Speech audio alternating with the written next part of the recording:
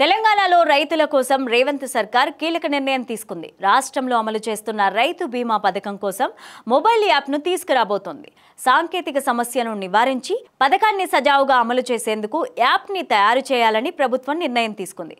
ఇక ఈ మేరకు యాప్ను రూపొందిస్తోంది. అయితే త్వరలోనే ఈ యాప్ అందుబాటులోకి తీసుకురావాలని భావిస్తున్నారు.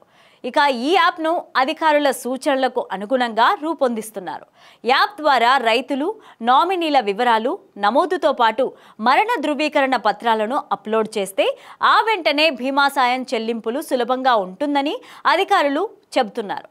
ఇక తెలంగాణ ప్రభుత్వం రైతులకు బీమా పథకాన్ని అమలు చేస్తోంది.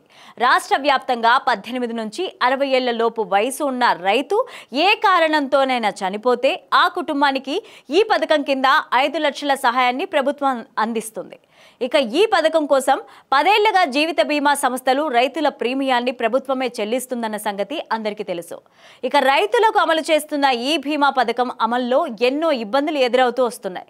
చాలా మంది రైతులకైతే సహాయం అందడం లేదా రైతు బీమాకు సంబంధించి వయోపరిమితి సమస్యతో పాటుగా ఆధార్లో తప్పులు, నామినీ పేర్లు సరిగా నమోదు కాకపోవడం వంటి ఇబ్బందులు కూడా ఎదురవుతూ వస్తున్నాయి.